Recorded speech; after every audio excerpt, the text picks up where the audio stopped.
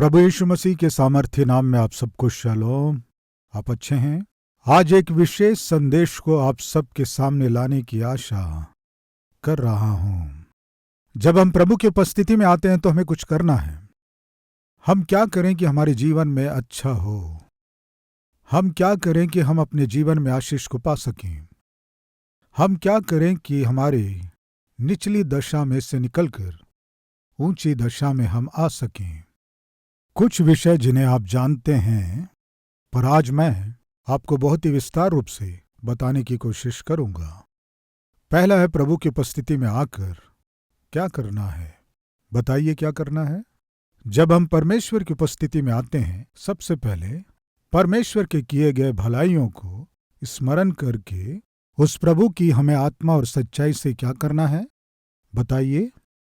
आराधना करनी है। यूहन्ना उसका 4 अध्याय 23वां वचन। परंतु वह समय आता है, वरन अब भी है, जिसमें सच्चे भक्त पिता की आराधना आत्मा और सच्चाई से करेंगे, क्योंकि पिता अपने लिए ऐसे ही आराधकों को ढूंढता है। प्रियो, जब हम परमेश्वर की स्तुति करते हैं या जब हम परमेश्वर को धन्यवाद देते हैं, इससे क्या होता है जानते? परमेश्वर हमें फिर से आशीष दे इसका अवसर मिलता है। मान लीजिए आपके पड़ोसी को हॉस्पिटल जाना है। हॉस्पिटल जाने के लिए उसके पास बाइक नहीं था। वो आपके पास आया आपसे बाइक मांगने। ब्रदर, मेरी पत्नी को हॉस्पिटल लेकर जाना है, आप बाइक देंगे? मांगने से आप उसे बाइक दे दिए। वो बाइक लेकर अपनी पत्नी को हॉस्पिटल लेकर गया। डॉक्टर को दिखाने के बाद वो वापस लौट कर आया। उस समय आप घर के बाहर चबूतरे में बैठे थे। वो जल्दी से आया, आपके ही सामने आपके बाइक को खड़ा कर दिया। वो कम से कम आपको देखा भी नहीं, आपको धन्यवाद भी नहीं दिया, चुपचाप चला गया। तो क्या आप उसे दोबारा बाइक देंगे? दोबारा कभी बाइक देंगे? नेक्स्ट टाइम कभी वो आकर आपसे ब्रदर थोड़ा बाइक चाहिए कहने से आप क्या कहोगे? नहीं ब्रदर, नहीं दे पाऊंगा, मुश्किल है, मुझे अभी जाना है। कोई ना कोई कारण बताकर आप उसे बिल्कुल बाइक नहीं देंगे। क्यों नहीं देंगे कहने से वो आपके द्वारा सहायता पा लिया, लेकिन धन्यवाद को प्रकट नहीं किया। धन्यवाद प्रकट नहीं किया, इसलिए दोबारा कभी उसे आवश्यकता पड़ने से आप उसकी सहायता करने में पीछे हटेंगे। ये साधारण और सहज बात है। प्रियो, ध्यान दीजिए, जब आप परमेश्वर की उपस्थिति में आराधना करने जाते हैं, धन्यवाद देना न भूलें, गीत गाना न भूलें, गीतों के द्वारा उनके किए गए भलाइयों को स्मरण करना न भूलें। आधे में प्रभु की उपस्थिति में जाकर केवल वचन प्रचार करने के समय में या वचन को आधे में जाकर सुनना या अंत में प्रभु की उपस्थिति में जाकर आराधना करना, ये सही नहीं है। इसमें बिल्कुल आशीष नहीं है। प्रिय सुनिए, एक प्रभु के दास ने कहा, प्रार्थना में हम मांगते हैं और स्तुति के द्वारा हम पाते हैं। क्या है प्रार्थना? प्रार्थना के द्वारा परमेश्वर से मांगते हैं, धन्यवाद के द्वारा हम परमेश्वर से पाते हैं। हमें पाना है तो क्या करना है बताइए? धन्यवाद प्रकट करना है। हम कैसे धन्यवाद प्रकट करते हैं? गीतों के द्वारा, भजनों के द्वारा परमेश्वर को हम धन्यवाद देते हैं। इसलिए जब हम प्रभु की उपस्थिति में जाते हैं, रविवार की आराधना हो सकती है, उपवास की आराधना हो सकती है, आप देरी से न जाएं। ये अच्छी आत्मिकता बिल्कुल नहीं है। लेकिन हमें परमेश्वर की उपस्थिति में आराधना करने क्यों जाना है? हमें क्यों प्रभु की उपस्थिति में रहना है? विशेष करके रविवार के दिन नियमित रूप से प्रभु की उपस्थिति में क्यों जाना है, सबसे पहले जानेंगे। निर्गमन की पुस्तक 20वां अध्याय 8वां वचन। तू विश्राम दिन को पवित्र मानने के लिए स्मरण रखना। 6 दिन तो तू परिश्रम करके अपना सब काम काज करना, परंतु 7वें दिन तेरे परमेश्वर यहोवा के लिए विश्राम दिन है। उसमें ना तो तू किसी भांति का काम काज करना, और ना तेरा बेटा, ना तेरी बेटी, ना तेरा दास, ना तेरी दासी, ना तेरे पशु, ना कोई परदेसी जो तेरे फाटकों के भीतर हों, क्योंकि 6 दिन में यहोवा ने आकाश और पृथ्वी और समुद्र और जो कुछ उनमें है सबको बनाया और 7वें दिन विश्राम किया। इस कारण यहोवा ने विश्राम दिन को आशीष दी और उसको पवित्र ठहराया। आशीष दिया और उसे पवित्र किया।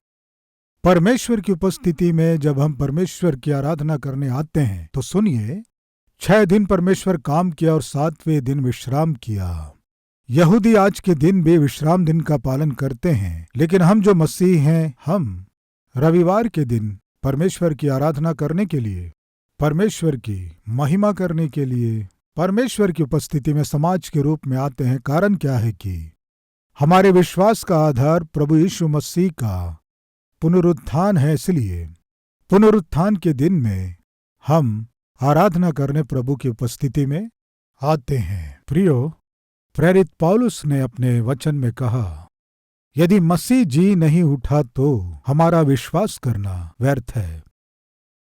जब हम परमेश्वर की आराधना करने आते हैं, 6 दिन हम काम करते हैं, 7वें दिन प्रभु की उपस्थिति में आकर क्या करते हैं? परमेश्वर की आराधना करते हैं। आराधना करते हैं तो परमेश्वर 7वें दिन को क्या किया? बाइबल में लिखा है आशीष दिया। क्या किया? आशीष दिया। जब हम परमेश्वर की उपस्थिति में आकर आराधना करते हैं तो हम परमेश्वर के आशीष को हम पाते हैं।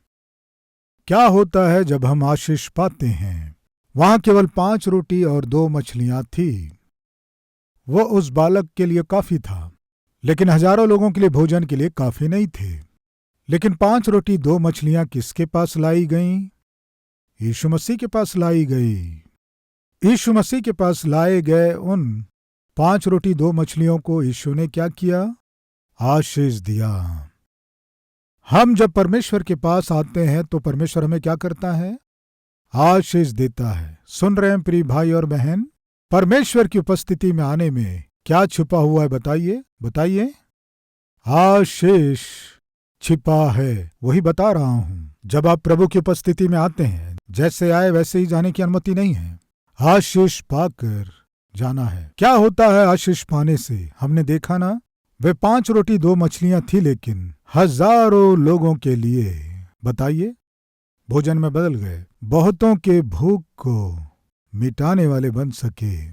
बहुत से लोगों की आवश्यकता के लिए वो 5 रोटी 2 मछलियां उपयोगी हुई।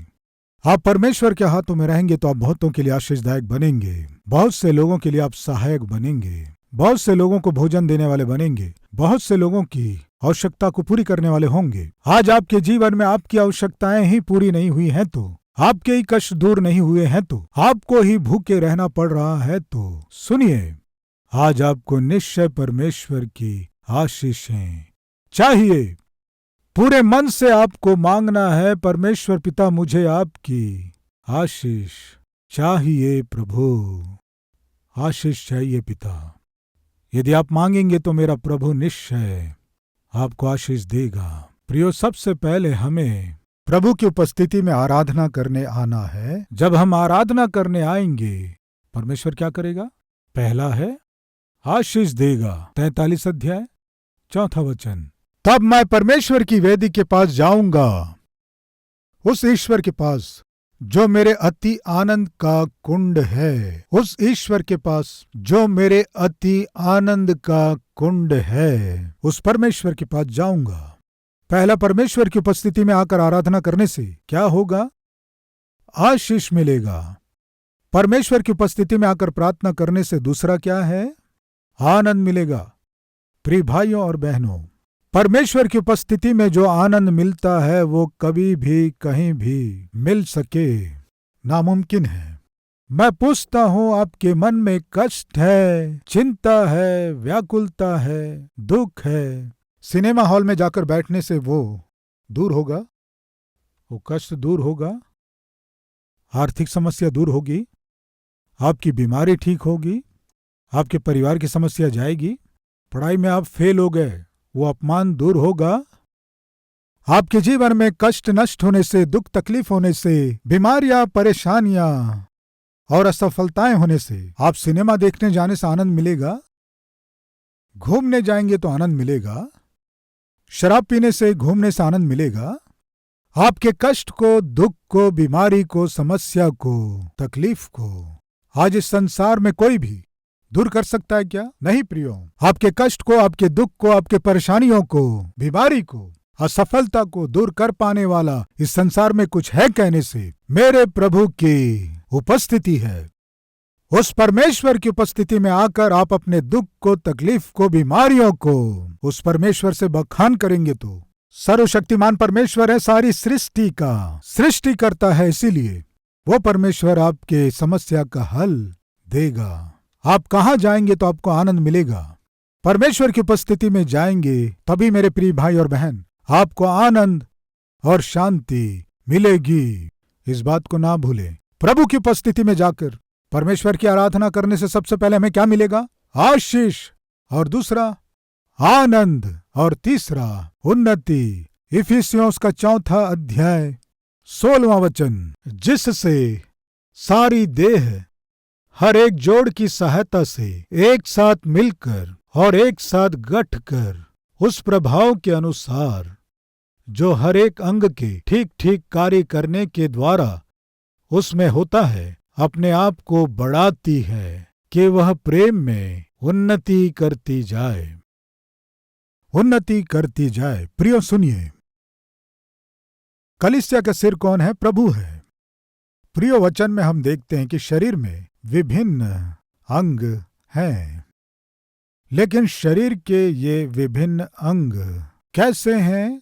जुड़े हुए हैं। शरीर का हर एक अंग, जैसे हाथ जुड़ा हुआ है, जुड़ा हुआ है। आपका पांव शरीर से जुड़ा हुआ है, जुड़ा हुआ है। आपकी उंगलियां हाथ से जुड़ी हुई हैं कि नहीं? जुड़ी हुई हैं। हाँ, ठीक है। आपका सिर आपके धड़ से जुड़ा हुआ है कि नहीं? जुड़ा हुआ है। परमेश्वर कह रहे हैं जैसे ये शरीर जुड़ा हुआ है, शरीर में विभिन्न अंग होने पर भी एक दूसरे से जुड़े हुए हैं। यानी अभी सुनिए, शरीर मसीह की कलीसिया, सिर यीशु मसीह है, कलीसिया का सिर यीशु मसीह है। अभी हम सबको कैसे रहना है?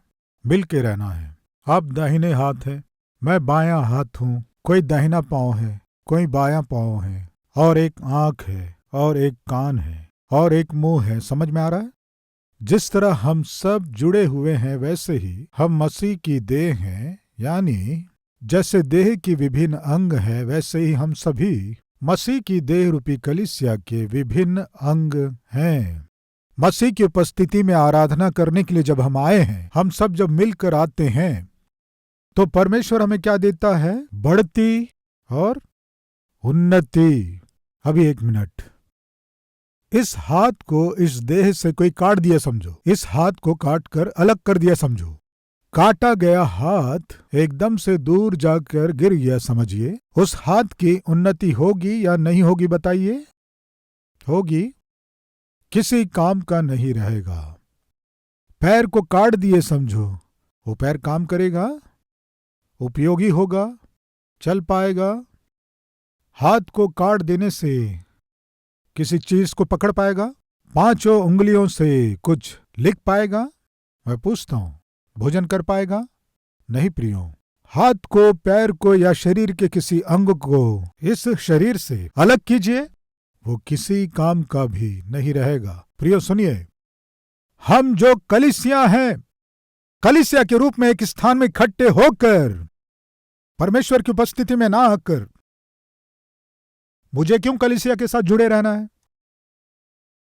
प्रिय, एक बार किसी व्यक्ति से एक पास्टर बात करते हुए, बाबू तुम प्रभु पर विश्वास करते हो? करता हूं। यीशु को अपना उद्धारकर्ता ग्रहण किए हो? ग्रहण किया हूं। तो फिर कलीसिया की संगति में जाते हो? वो डाकू जो क्रूस पर लटका था कलीसिया में जाता था? ठीक है। क्या आप बपतिस्मा लिए? क्रूस पर लटका हुआ वो डाकू बपतिस्मा लिया था क्या? ठीक है। परमेश्वर को जो दशमांश देना है वो तुम दे रहे हो। क्रूस पर लटका हुआ वो डाकू दशमांश दिया क्या? क्या तुम किसी को सुसमाचार सुना रहे हो? क्रूस पर लटका हुआ डाकू। तब उस पास्टर जी ने कहा, बाबू, वो क्रूस पर लटका हुआ डाकू था और तुम जीवित डाकू हो, इससे अधिक कोई अंतर नहीं है। ये कौन है? जीवित डाकू है। और वो कौन है? क्रूस पर लटका हुआ डाकू है। वो बेचारा कम से कम अंतिम क्षणों में यीशु मसीह को ग्रहण किया। ये जीवित रहकर भी चोर है। झूठी बातें। आज हमारे बीच प्रिय भाई और बहनों, हमें ऐसे लोग नहीं चाहिए जो मजाक में हमारे सवालों का उत्तर दे। हमें ऐसे लोग चाहिए जो हमारे विश्वास के विषय में पूछे तो सही उत्तर देने वाले चाहिए। फिर से मैं कह रहा हूं, कलीसिया मसीह की देह है, यानी हम सब मसीह की देह हैं। शरीर के एक अंग को अलग कर देने से वो अंग काम नहीं करेगा। वैसे ही हम जो मसीह की देह हैं, हम में कोई भी इस मसीह रूपी कलीसिया से अलग हो गया तो या दूर हो जाए तो सुनिए, आप किसी काम के नहीं होंगे। मुझे संगति में क्यों जाना है? कलीसिया में नहीं जाने से मैं आत्मिक जीवन नहीं जी पाऊंगा। कलीसिया में, मैंने अभी बताया ना, वही गाना गा रहा है। वो डाकू जो क्रूस पर लटका था, वो संगति में गया क्या? बपतिस्मा लिया क्या? गवाही दिया क्या? या ये या वो? ये केवल अपने आप को धोखा देने वाली बातें हैं। यदि आप सच्चे आत्मिक हैं तो आप एक बात को जानेंगे, वो क्या है कि ये हाथ काम करना है तो इस शरीर से क्या होना है? जुड़े रहना है। ये उंगलियां यदि काम करना है तो हाँ, शरीर के साथ जुड़े रहना है। ये गर्दन अगर मुड़ना है तो शरीर के साथ जुड़े रहना है। आपके जीवन में परमेश्वर का उद्देश्य क्या है? परमेश्वर का वो उद्देश्य आपके जीवन में पूरा होना है और आपको उन्नति करना है। अगर चाहते हैं तो आपको कलीसिया रूपी मसीह की देह के साथ आपको जुड़े रहना है। तभी आपका जीवन उन्नति को, आशीष को देखेगा। प्रिय भाइयों बहनों, अलग नहीं होना है। परमेश्वर की देह रूपी कलीसिया से अलग नहीं होना है। प्रिय कलीसिया, परमेश्वर की देह रूपी कलीसिया से दूर नहीं होना है। अलग नहीं होना है। प्रियो, जब हम प्रभु की आराधना करते हैं सबसे पहले हमें क्या मिलता है? आशीष। दूसरा क्या है? आनंद। तीसरा क्या है? उन्नति।